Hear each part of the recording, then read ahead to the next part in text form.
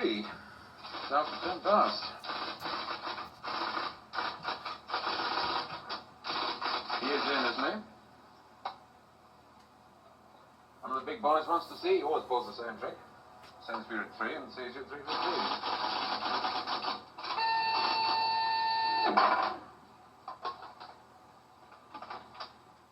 Mr. Larkin to see you, J.G.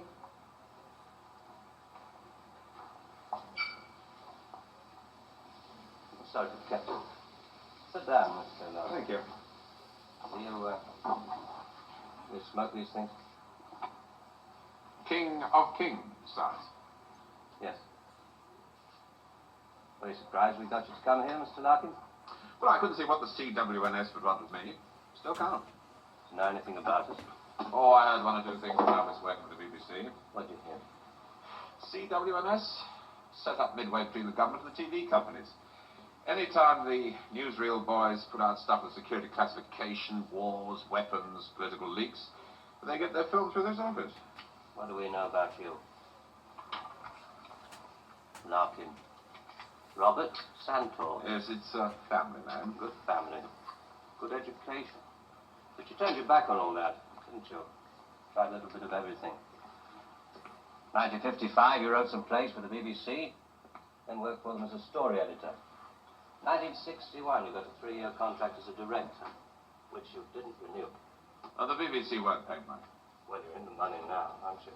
1968. There's your flat in Holland Park, your cottage in Hampshire, 2 children. And a dog and a cat who commute with us to the country at weekends. Well, maybe you knew that already. 6 years ago, there were those shows you did on alcoholism, blood sports, slum clearance. People called you bright, very bright. There were other words they used. Hard-hitting, vital. Now you do only 4 shows a year. Critics call them brilliant. They're high in the ratings, and they're, they're souffles. Little soft in the center. Don't think I'm complaining. Oh, you can complain if you want to. Just call it a friendly professional interest. I'd like to know what happened to alcoholism and blood sports. Call it reaching the age of 35. Call it school fees to fixed addresses. Call it joining the establishment. Call it being a socialist for 15 years in a country that'll never be socialist. Good. There's your wife, Rachel. You married the girl next door. Your 2 children, Rebecca and Daniel, nice little family. 3 years ago, you got yourself a girlfriend. It was serious. Where the hell did you get that found? Just tell me where it stops. Lasted for 18 months. Your wife never knew about it, even when you nearly decided to leave her. Who are you? It's the initials JG, that's all I know. Never met you before in all my life. July the 25th, 1966. You finally decided to break it off with this woman. You said you loved her. You said you loved your children. It was 2 against 1. You had to add it up like that. Sorry, your cigar is burning my desk. Sheila told you all this. We have ways of finding things out. But why? If it's blackmail, the thing won't hold water. It's all in the past. Oh, there'd be pain, of course, for Rachel and the children. But you wouldn't get anything else out of it. No, it isn't blackmail. We've just been interested in you for a long time. Interested? You went back to your wife because you said it was 2 against 1. I call that very responsible. We're interested in very responsible people. In fact, we have a little index for them. We call it their power quotient, a ratio of responsibility as against aggression. Yours is very low, 0.2. That's very low, just what we need. Sit down. Please. I'm sorry, the language must seem rather strange at first, but we take it very seriously. Just to show you how seriously, I'm going to tell you how we checked up on you. We call these things surgical transmitters. One was fitted inside you when you went into the Charing Cross Hospital 3 years ago. Appendix, wasn't it? Transmitter? Are you trying to tell me that you listen to every word I say? A machine does. untouched by human hand. There's a little gadget in these things that ties up with the pulse rate. Puts a bleep onto anything that you're excited about saying. British. Power quotient, surgical transmitters, high-speed tape. It's Doctor Who. I'm for the real world, Jack. Good afternoon. I should just have to give you an example. On July the 26th, 1966, you were talking to this girl, Sheila, about love. You said to her, I quote, "The kind of love I have for you, Sheila, well, it's bed love and it's more. It's staying in bed till 6 p.m. and saying I can't go to the office today. It's eating breakfast at twilight, laughing at leaves on the pavement." I don't believe there's any such thing as these surgical transmitters. You got Sheila to tell you all this, then you wrote it down the way I might have said it. You're a good guesser.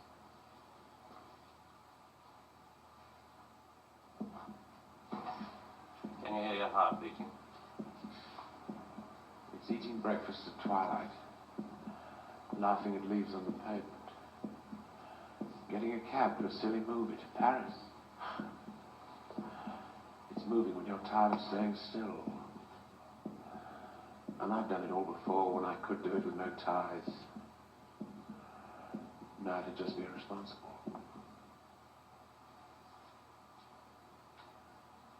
So there really is one of those things inside me.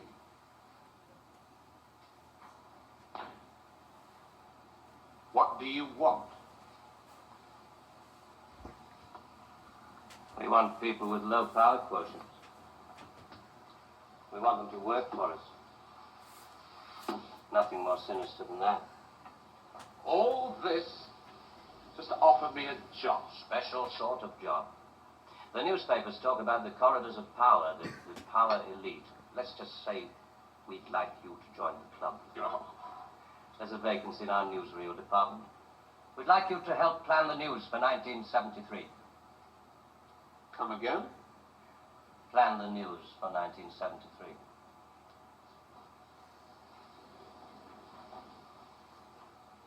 What are you doing? I just want to make sure the sunlight's real.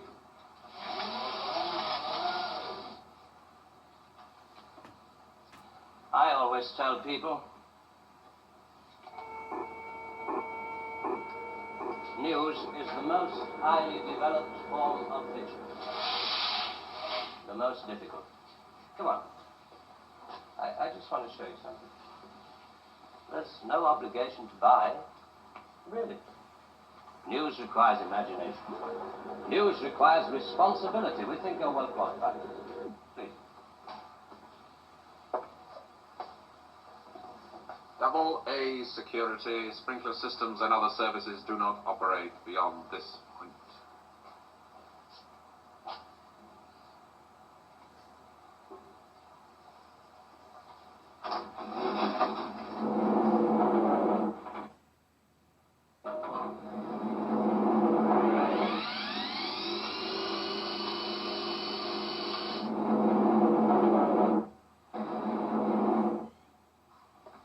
'73.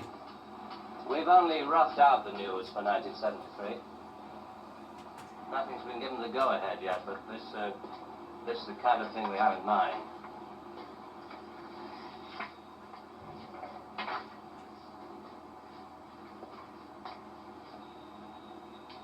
Come.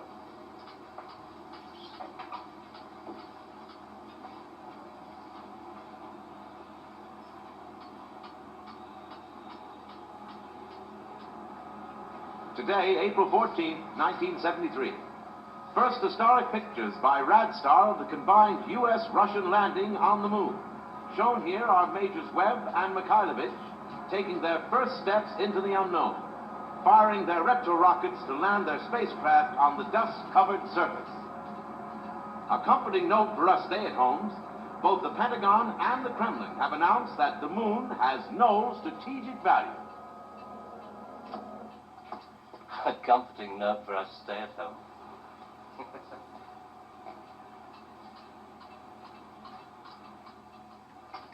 I can't show you any film on this next model. We haven't photographed it yet.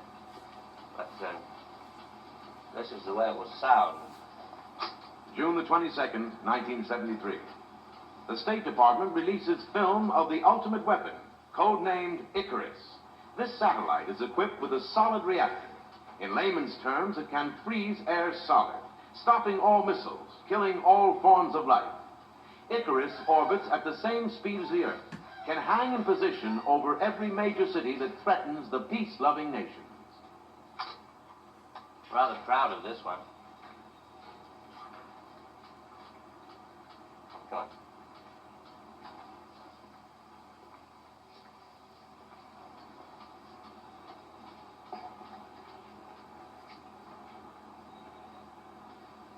Please, sit down, Mr. Lutton.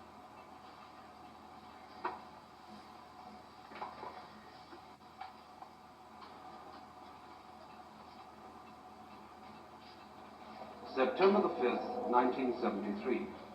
A new phase in global warfare. War by example. At 4:32 our time, China took out the remote Indian border village of Bandar, unprotected by the Icarus network. After the first 2 5 megaton H-bombs had fallen, the 9-way hotline finally... Switch it off. failed. But This is going to happen in 1973. You're going to make this happen. No. We're going to make models much cheaper. Then we photograph the model. Fake newsreels.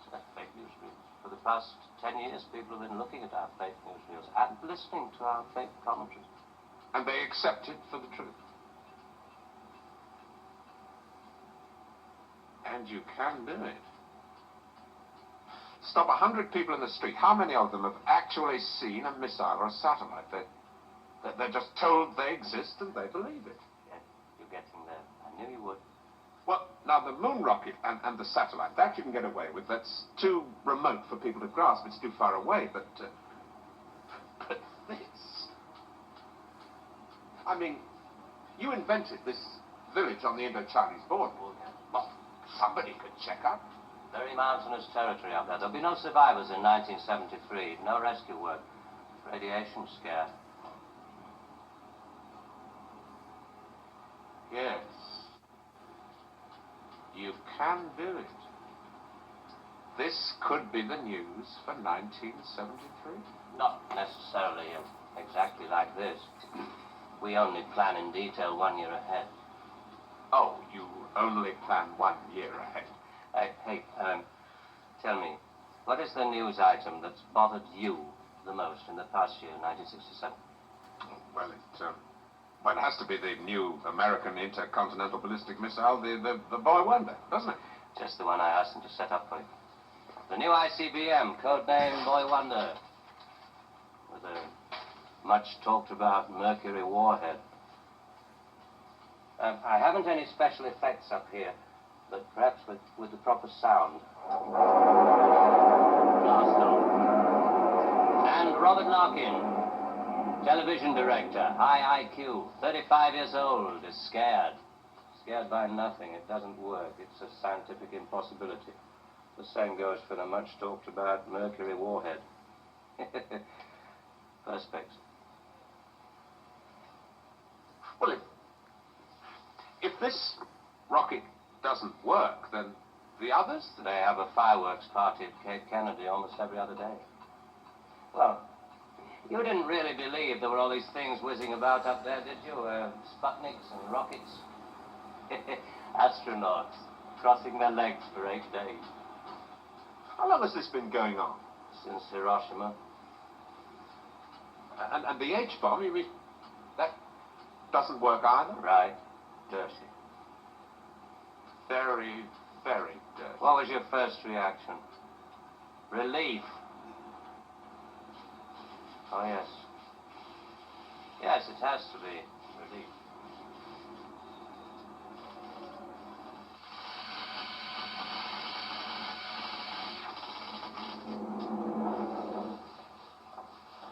Only 12 people are allowed beyond this point.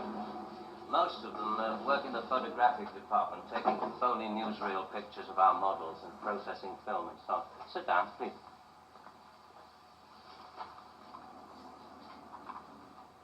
Ah, pretty pictures from our stills department. The boy wonder. Do you really think that missiles and satellites are mile out of the country? No, not at all. I've only shown you the hard news. There are other things, much softer things we thought might interest you. Well? 1973, we thought it might be time for an anti-teenage movement. A long-awaited return to maturity. Sherry. Perhaps even a religious revival. Oh, I see. You want me to arrange the grand opening of Ruislip Cathedral, 1st of October, 1973. Mark the date down in my 10-year diary. We are very serious about you. There are things about you we like very much. Qualities you have to offer. Qualities that we perhaps don't possess at the moment. That's great. Our file on you. I have to return to July the 25th, 1966, the day you broke it off with this girl, Sheila. You really did reveal rather a lot of yourself that day. But of course, if you really mind... Help yourself. You said to her, it won't work, Sheila, and she said something, and then you said...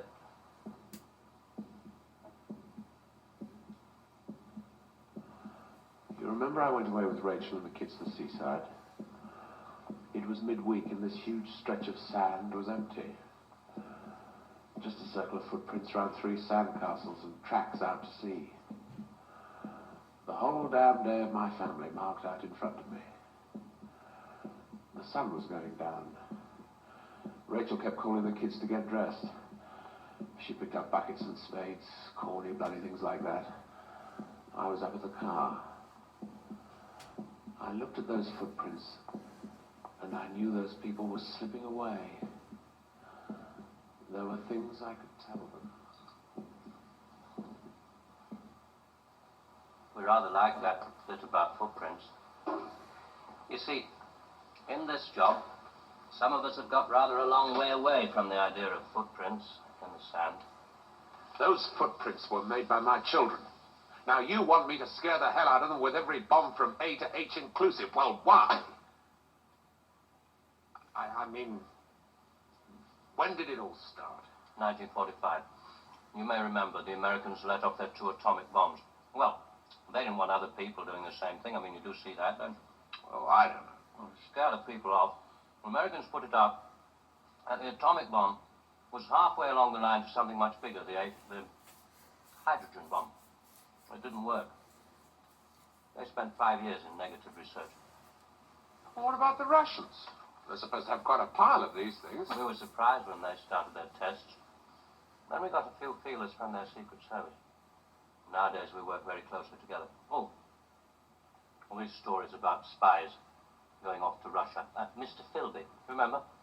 Just good copy for the Sunday papers. Good copy. Well, the Chinese. I mean, they've just announced their bomb. Yeah, we played along with it. We recorded their phony explosion.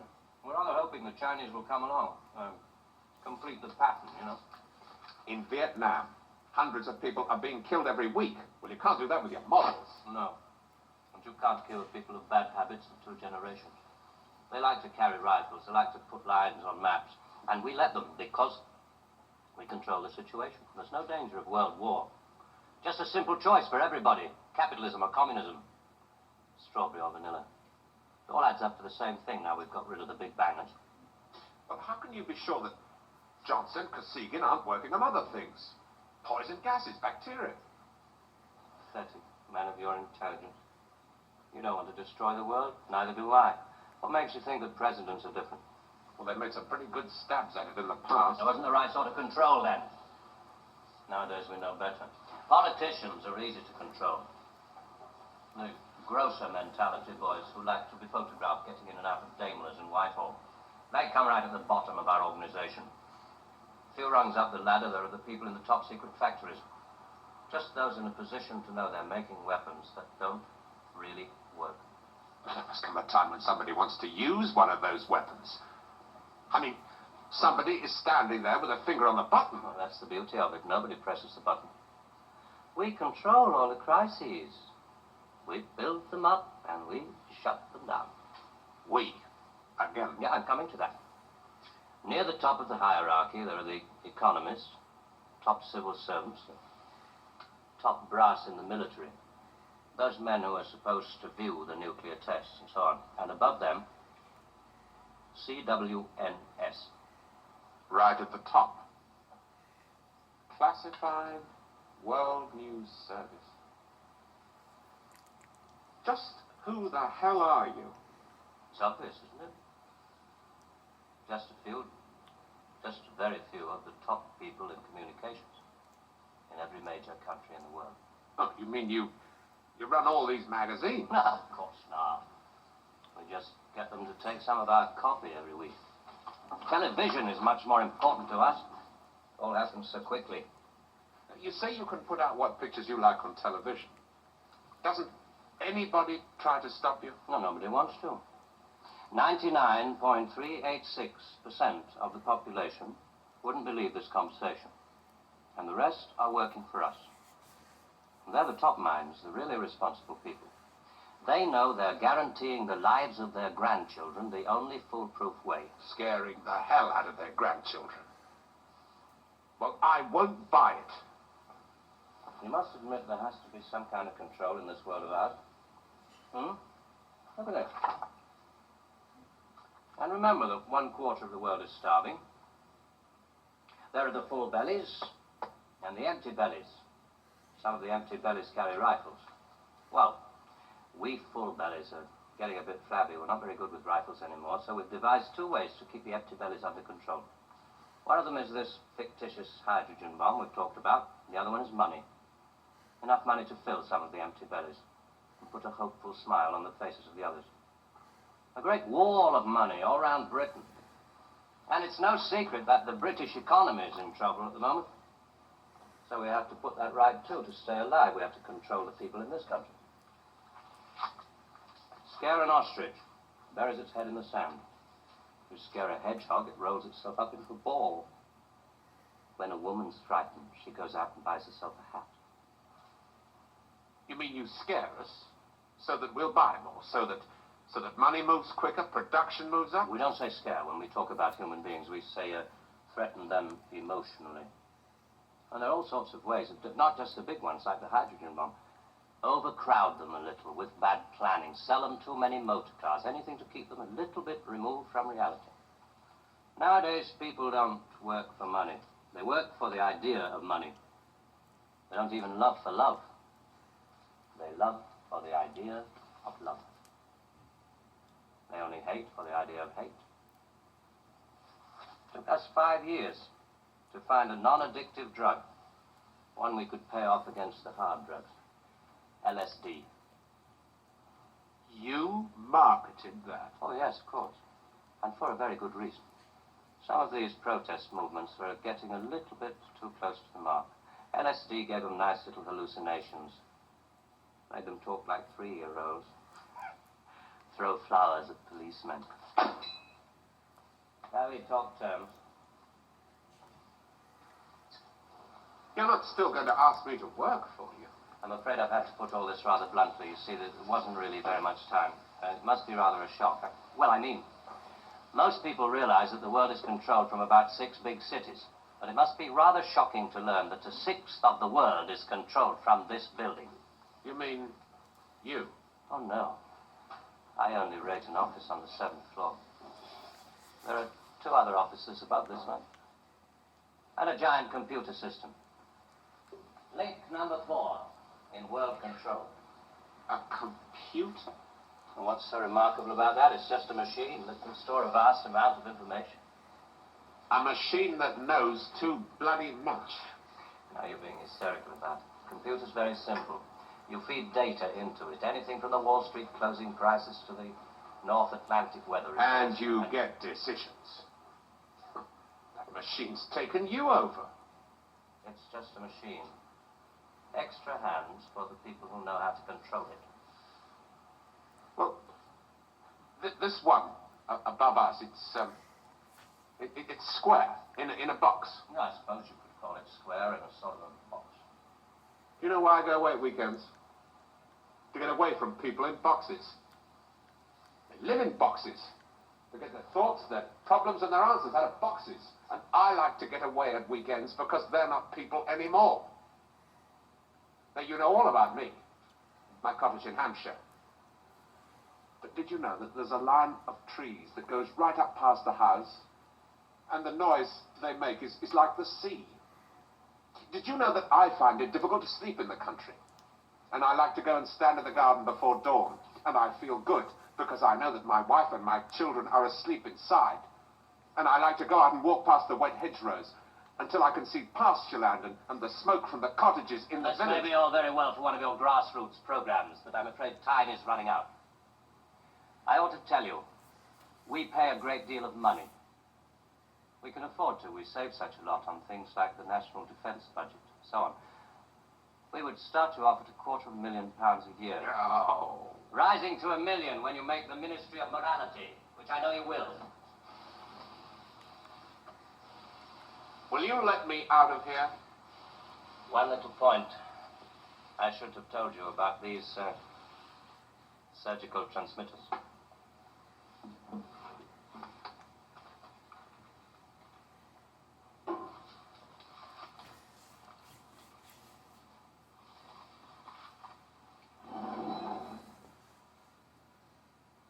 There's enough of this stuff inside you at this moment to kill 6 people. There's a button we can press. I'm sorry about the dramatics. Our boys call these things the oral contraceptive. Keeps them from talking too much. So there must be one of those transmitters inside you. Who presses the button? Extra hands. All this stuff about the computer being extra hands for the men who know how to control it. That machine controls you.